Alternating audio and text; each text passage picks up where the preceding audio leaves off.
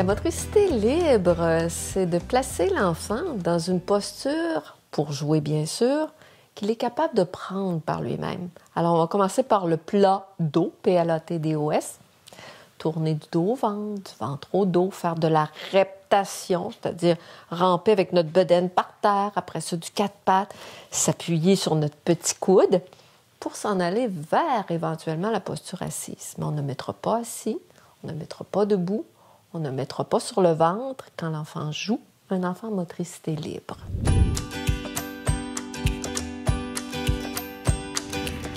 Alors, on peut favoriser la motricité libre des bébés parce que ça va permettre un développement optimum du cerveau du bébé. Un bébé en motricité libre, si on lui met des objets placés assez bien, visuellement attractifs, bien, il va bouger par lui-même, il va être intéressé par l'effet de son action sur les objets. Il va devenir de plus en plus intelligent, de plus en plus concentré, et des temps de jeu de plus en plus longs. Alors, si on n'encourage pas la motricité libre, il y a des effets de passivité chez les bébés parce qu'ils apprennent à attendre que l'adulte leur donne des objets.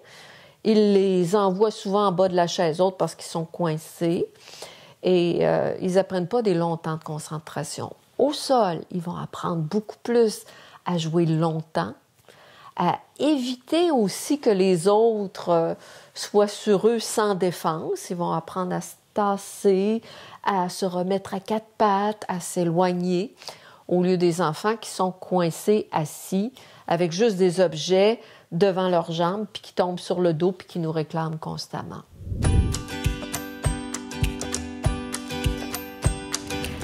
Le travail d'éducation motrice, c'est d'abord et avant tout observer où est-ce que le bébé est rendu. Est-ce qu'il est capable de se tourner un petit peu sur le côté? Est-ce qu'il se met lui-même sur le ventre? Est-ce qu'il s'assoit par lui-même et non pas on le place assis?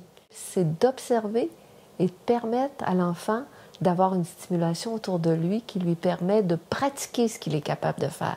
De voir à quel moment il est trop frustré, de donner un petit coup de pouce peut-être, mais de ne pas jouer à sa place.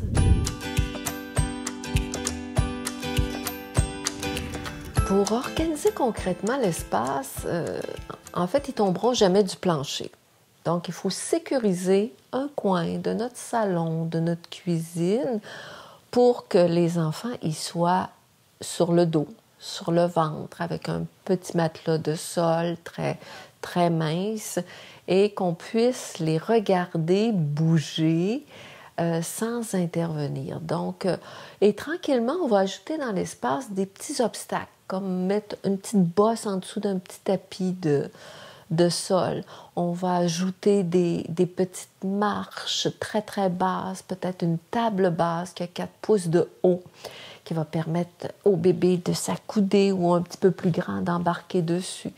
Et peut-être éventuellement des petites marches pour faire de la gymnastique qu'on va mettre dans l'espace et qu'on va agrandir ou diminuer selon les compétences.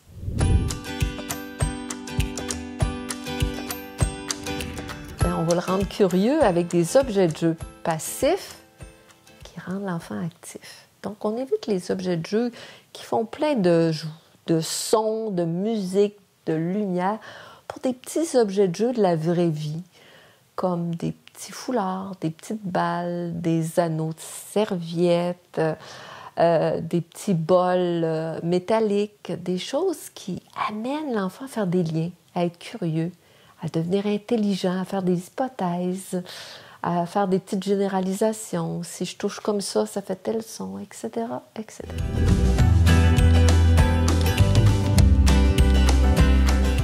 Je pense que l'organisation physique a de l'importance dans le sens qu'il y a une espèce de barrière psychologique. C'est pas obligé que ce soit une clôture.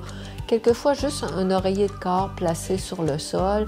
Et on parle aux plus grands en leur disant « ça, c'est l'espace des petits. Si tu as le goût d'y aller, tu y vas calmement. Et tu regardes les yeux du bébé. Quand il a peur, tu le vois, donc tu te recules un petit peu. » Je pense que c'est une façon d'aider les grands à apprendre à faire attention. pas à apprendre à nous faire plaisir à nous comme adultes, mais à apprendre à être en interaction avec un autre bébé.